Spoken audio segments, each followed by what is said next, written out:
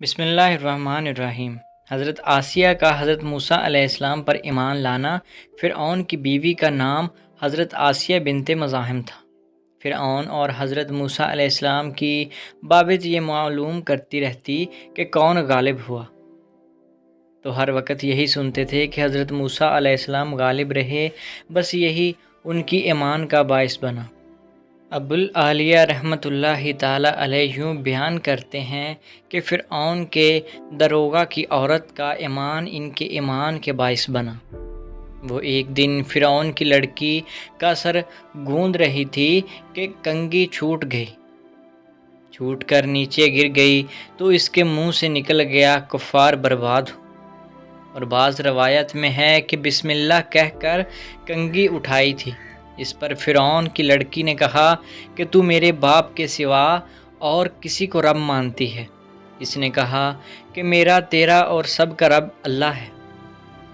اس نے غصے میں آ کر اس کو مارا پیٹا اور جا کر اپنے باپ کو بتا دیا۔ تو فرعون نے بلا کر پوچھا کہ تیرا میرے سوا کوئی اور رب ہے؟ اس نے جواب دیا کہ ہاں، میرا رب اللہ ہے۔ فرعون نے اس کو چت لٹا کر ہاتھ پاؤں پر میخیں گڑوا دیں اور اوپر سانپ چھوڑ دیے تاکہ وہ کاٹتے رہیں، لیکن جب دیکھا کہ یہ باز نہیں آتی تو فرعون نے کہا کہ میں تیرے لڑکوں کو ایک ایک کر کے تیرے سامنے قتل کروا دوں گا، باز آ جا اور مجھے سجدہ کر لے۔ اس نے کہا کہ یہ نہیں ہو سکتا۔ اس ظالم نے ایک لڑکے کو منگوایا اور مار ڈالا۔ انہوں نے اپنے پیارے سے پیارے بچے کو بچشمے خود دیکھا اور صبر کیا۔ اس بچے کی روح نکلی تو اس نے کہا، اے ماں خوش ہو جا، اللہ نے تیرے لیے بڑے بڑے ثواب تیار کر رکھے ہیں۔ پھر دوسرے بچے کو بھی اسی طرح قتل کروا دیا اور اس کی روح نے بھی ماں کو خوشخبری دی۔ فرعون کی اہلیہ نے ان دونوں بچوں کی خوشخبری سنی تو ایمان لے آئی۔ ادھر اس مظلوم عورت کی روح بھی اللہ تعالیٰ نے قبض کر لی اور اس کی منزل اور مرتبہ جو خدا کے ہاں تھا وہ حجاب ہٹا کر فرعون کی بیوی کو بھی دکھا دیا گیا، تو یہ اپنے ایمان اور یقین میں بہت بڑھ گئی، یہاں تک کہ فرعون کو بھی اس کا پتہ چل گیا۔ تو اس نے ایک دن اپنے درباریوں سے کہا کہ تمہیں کچھ میری بیوی کی خبر ہے؟ تم اسے کیا جانتے ہو؟ سب نے بڑی تعریفیں کی اور بھلائیاں بیان کی۔ فرعون نے کہا کہ تمہیں نہیں معلوم، یہ میرے سوا دوسرے خدا کو مانتی ہے۔ پھر مشور ہوا کہ انہیں قتل کر دیا جائے۔ اس کو اللہ تعالیٰ نے اس طرح بیان کیا جس کا ترجمہ اور اللہ ایمان والوں کے لیے مثال بیان کرتا ہے۔ فرعون کی بیوی، جب کہ اس نے کہا کہ میرے پیارے رب، میرے لیے اپنے پاس جنت میں ایک گھر بنا دیجیے اور مجھ کو فرعون اور اس کے عمل سے بچا لے۔ فرعون غصے کے وقت لوگوں کے ہاتھوں میں میخیں گڑوا کر مار ڈالتا تھا، چورنگ کر کے اوپر سے بڑا پتھر پھینکتا تھا جس سے اس کی روح نکل جاتی تھی۔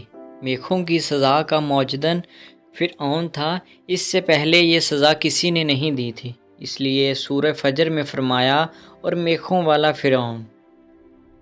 فرعون نے کہا، جو بڑی سے بڑی چٹان تمہیں ملے اسے اٹھا لاؤ اور آسیہ کو چت لٹا کر اسے کہو کہ اپنے عقیدے سے باز آ جا۔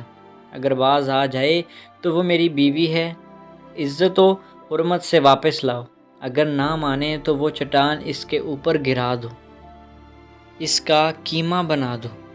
جب یہ لوگ پتھر لے آئے تو ان کو لٹا دیا اور پتھر ان کے اوپر گرانے کے لیے اٹھایا، تو انہوں نے آسمان کی طرف منہ اٹھایا اور پروردگار عالم نے حجاب ہٹا دیے۔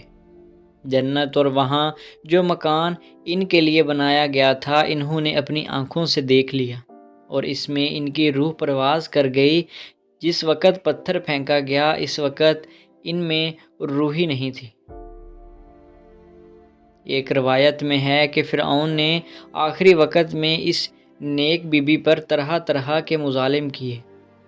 انہی مظالم کی حالت میں جبکہ فرعون نے ان کی چمیخی کر رکھا تھا اور ان کے چاروں طرف آگ رکھ کر چھوڑ دی تھی، تو انہوں نے مندرجہ بالا دعا کی۔